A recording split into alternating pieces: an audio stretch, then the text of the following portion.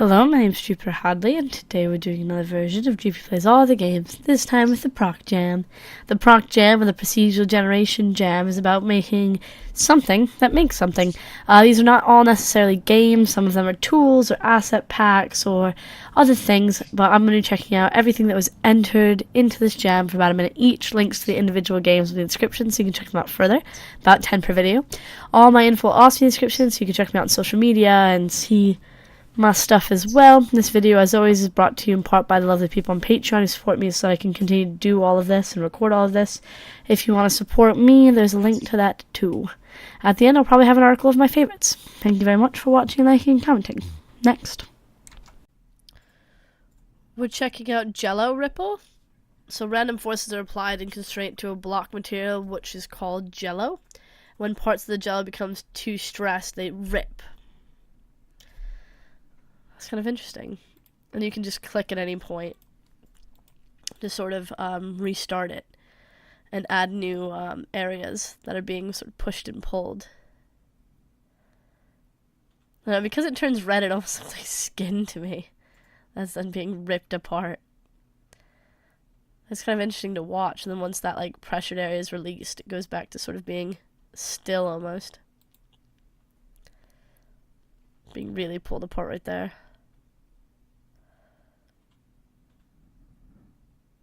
Weird. Oh wow, that whole thing like shrunk right up. Next. We're checking out As Above, So Tear It. Alright, so 8 cards remain until next drawn. Alright, the world will... Okay. Are we supposed to move around? Oh, okay. So space jumps us. Pretty sure this is a 2-player game, but I don't really know any of the controls. And it doesn't seem to be arrow keys in WASD. I seem to be able to just jump, which is interesting. I have a controller plugged in. Maybe it wants the controller. Okay. I've plugged in the second controller and given it to Lewis. You should be red. Ooh, so it's trigger. It's triggers to fire. Okay. Why is what? Okay, the star inverted, yeah, the end of the trail. I don't know what any of these cards are really doing when it comes to us playing. It just seems to be a thing that happens. I like the graphics though. I think they're really cool.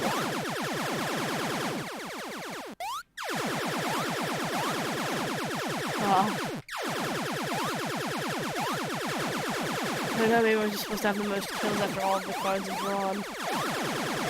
I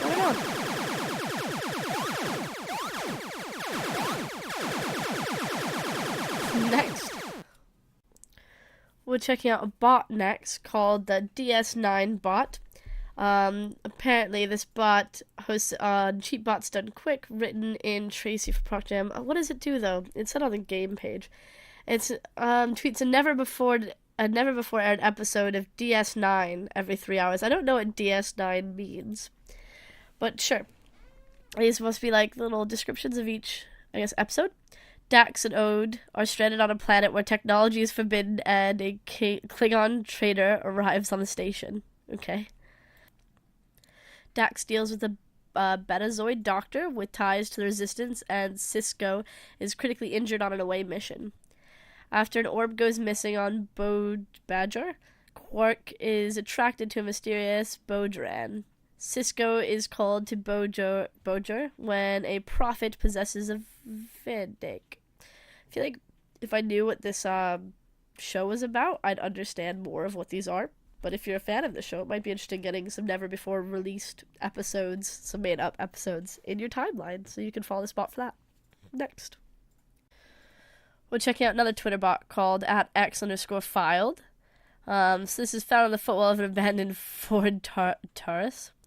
So this has to do with the X-Files, which I have seen every season of a while ago.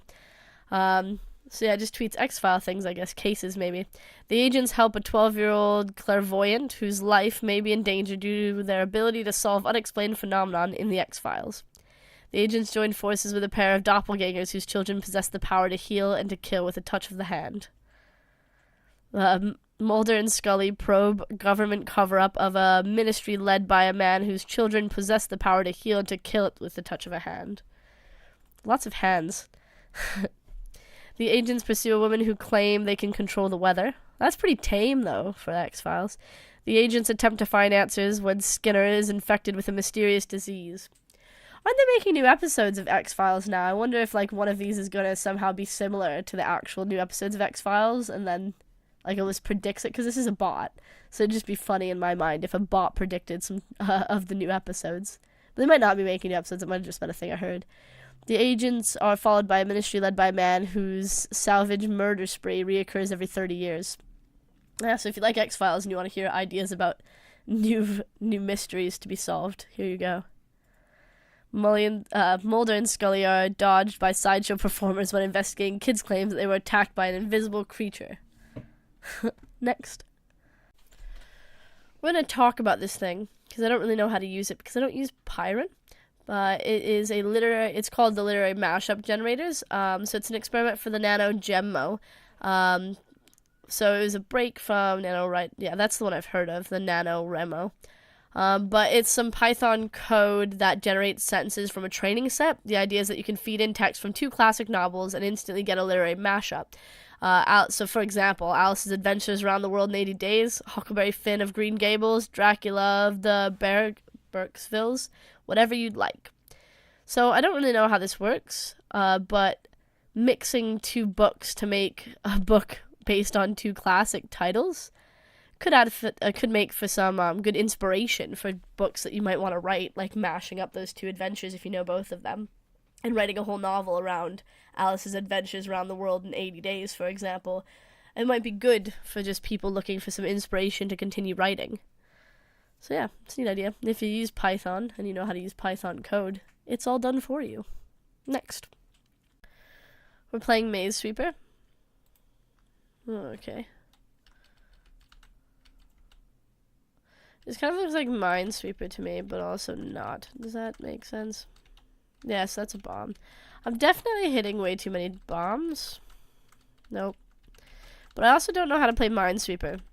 So I feel like people who understand how Minesweeper works probably understand this more than me. What's to reveal? Oh, so we can reveal these. We can teleport. Alright. Hey, there's the exit. So you just need to find the exit, really, and avoid the bombs. I think as a concept, this is pretty clever, because you don't see a lot of innovation on Minesweeper as a game. However, in school, I felt like tons of people played Minesweeper. So sort of combining it with a maze and having it as a way to sort of add more depth and interest into a maze, because now you have areas that you need to stay away from, areas that have bombs, etc. It's a really, really nice concept. It's very clever. Next. So this is another tool that we're going to talk about. It's called Scenario Builder, and basically it makes character backstories and builds scenarios around those characters. So the goal is to generate character bios based on this Richard Evans exclusion logic statements, which are linked there. So each character is a rooted node in a logic tree, which is populated by practices that each have preconditions to occur and postconditions to modify the character. So currently it's a tool. I don't understand quite how to use it because I'm not a coder or a programmer, but creating backstories and procedurally generating culture and characters is something that I always thought that there should be more procedural generation in, but I know it's a tough thing to do. So this could be a good starting point to sort of explore that area, to have more depth to your characters that is not handwritten, that are not hand-designed depth, but more of depth that's created by procedural generation. And there is quite a bit in this zip folder, so I guess you can start sort of figuring out how much of a character bio can be generated and if this generates them well. I don't know. Next. We're checking out Genetic Maze. So we are the blue dot.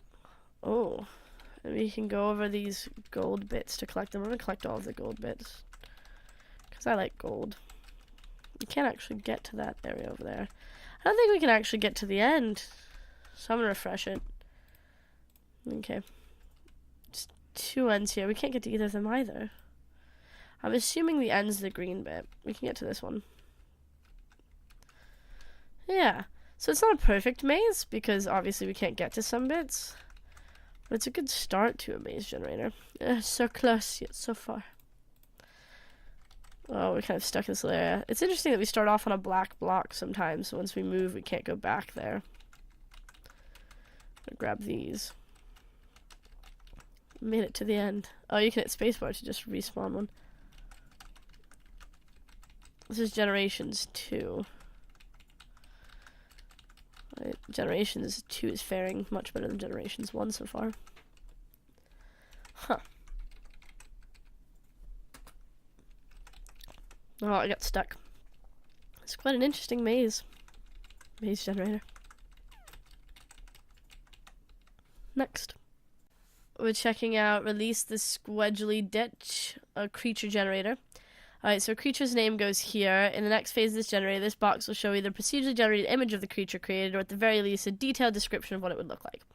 So we can set the slider to the number of syllables. My name has 3 syllables, so I'll do 3. Click Generate to make a name Profit. Readability of names generated decreases considerably after 4. Okay. Oh, I don't know if I can read this. Tracosimo. Let's do 2. Jwa. Kokyu. Trody. Blerich. Let's do 1. Epo. Oni. Opio. Let's do 10. That's not even on the screen anymore. Can't even read it. Balopishixi. I'm really excited for there to be a picture of these creatures, because I wonder if they're going to be similar to how I imagine them, and I think that's a cool idea to have also the pictures of these strange names. Adds depth to it. But yeah, it's cool picking a name on syllables instead of letters as well. Next. We're checking out Flower Generator. It's a vector graphics flower generator that was made for the ProcJam. It's part of a larger project called Butine, a virtual ecosystem with plants and bees. So the developer wanted a semi-realistic plant system with genomes and crossbreeding for that project, and that's what this generator is for. There's not an executable download yet, but it should be available for Linux, which I couldn't open anyway, pretty soon. But you can get all the source code and also follow them for the bigger project. And check out some pretty flowers. These actually look really, really lovely, and I'd love to play as a little bee, sort of pollinating them and seeing what they make. Like, this one looks so fragile with those long, thin petals. I feel like I could break them. And this is like a whole poster of different flowers. I like the color scheme, the sort of fade on them. And that's back to the start. So that's all there is for now. I hope that they continue making this project, Butine, and I hope I someday get to play it. There's that picture. Next.